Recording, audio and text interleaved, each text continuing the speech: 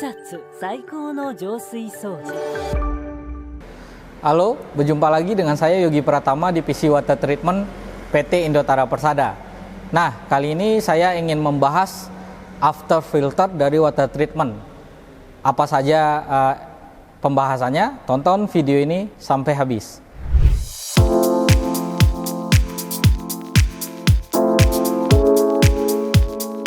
Bagi bapak-bapak dan ibu-ibu, jika belum menonton video yang sebelumnya, kita sudah ada pembahasan part 1 dan part 2 ya. Nah, sekarang itu masuk ke part 3-nya, yaitu after filter dari water treatment. Bagi bapak-bapak dan ibu-ibu yang belum nonton, bisa dilakukan nonton videonya dulu agar bisa menyambungkan informasi dari part 1, part 2 ke part 3-nya. Nah, masuk ke tahap pertama ya dari after filter dari water treatment, yaitu post carbon atau T33. Bagi bapak-bapak dan ibu-ibu belum familiar untuk post carbon itu seperti apa, nah kita tampilkan di sini. Modelannya seperti ini ya, T33 atau post carbonnya. Nah, post carbon itu fungsinya adalah untuk memperbaiki rasa pada air ya. Jadi setelah di treatment menggunakan free treatment, masuk ke membran RO, resin dan segala macam, itu untuk after filternya itu ada opsionalnya namanya post carbon ya. Post carbon itulah berfungsi untuk meningkatkan rasa pada air. Jadi itu tugasnya dari post carbon ya. Untuk tahap kedua kita masuk ke mineral stone.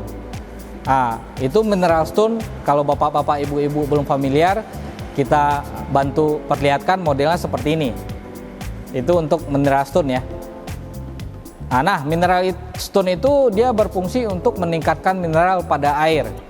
Karena misalnya biasanya dari setelah output keluaran dari mesin RO itu kan mineralnya jadi turun ya, atau mineralnya jadi berkurang. Atau bisa saja misalnya kalau mineralnya sedikit pada air inputnya, otomatis mineral pada keluaran dari output RO bisa nol atau hilang sama sekali. Nah, itu tugasnya dari mineral stone untuk meningkatkan mineral pada airnya jika bapak-bapak dan ibu-ibu ingin mendapatkan mineral pada air. Nah, namun kalau misalnya mineral yang baik pada air itu adalah yang paling baik ya untuk mendapatkan mineral itu biasanya dari buah-buahan dan sayur-sayuran. Jadi itu biasanya yang didapatkan untuk mineral yang baik pada tubuh manusia ya. Nah, untuk tahap ketiga itu masuk ke alkaline filter ya. Nah, kalau bagi bapak-bapak dan ibu-ibu belum familiar untuk alkalin seperti apa, kita tunjukkan seperti ini model alkalin filternya. Alkalin filter ini dia berfungsi untuk meningkatkan pH ya, pH pada air bapak-bapak dan ibu-ibu. Jadi kalau misalnya pH-nya standar, pH standarisasi dari lab PDAM atau Scovindo itu biasanya di angka 6 sampai 8 ya. Yang paling bagus itu 7. Nah, kalau mineralnya masih di angka 5 atau 6, kalau misalnya bapak-bapak dan ibu-ibu ingin mineral pH yang tinggi, ya otomatis bisa dinaikkan dengan alkalin filter tersebut agar pH bapak-bapak dan ibu-ibu bisa menjadi tinggi ya. Itu opsional dari si alkalin filter tersebut. Nah, after filter yang keempat dari water treatment itu adalah ultraviolet ya, atau biasanya orang mengenal lampu UV. Di mana lampu UV itu berfungsi untuk menekan angka bakteri seperti E. coli dan coliform. Bagi bapak-bapak dan ibu-ibu belum familiar untuk lampu UV itu seperti apa, modelnya seperti ini nih. Itu yang yang biasanya bisa menekan angka E. coli dan coliform pada air.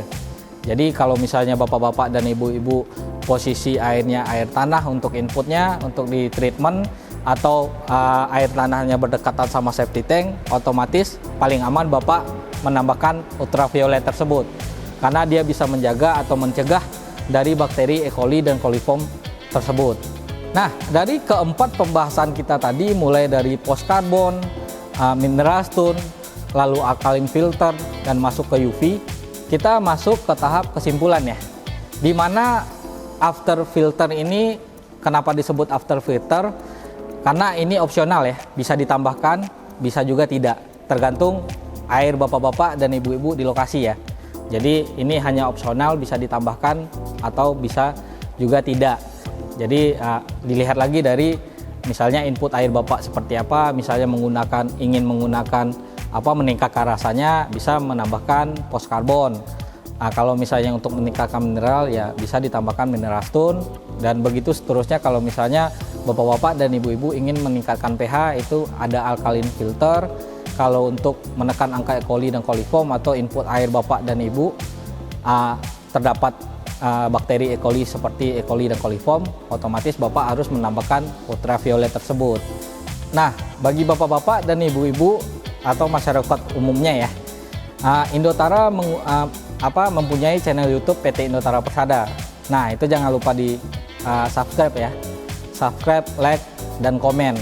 Nah, tentu yang paling penting notifikasinya ya, karena agar bapak-bapak dan ibu-ibu mendapatkan updatean terbaru dari reviewan video PT Indotara Persada.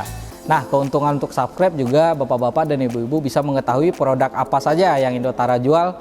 Jadi bapak-bapak siapa tahu membutuhkan barang tersebut, jadi bisa langsung menanyakan di komen atau meninggalkan nomor telepon di komen di channel YouTube PT Indotara Persadanya. Nah, sekian review saya untuk membahas after filter pada water treatment ya. Saya Yogi Pratama, Divisi Water Treatment PT Indotara Persada, pamit undur diri.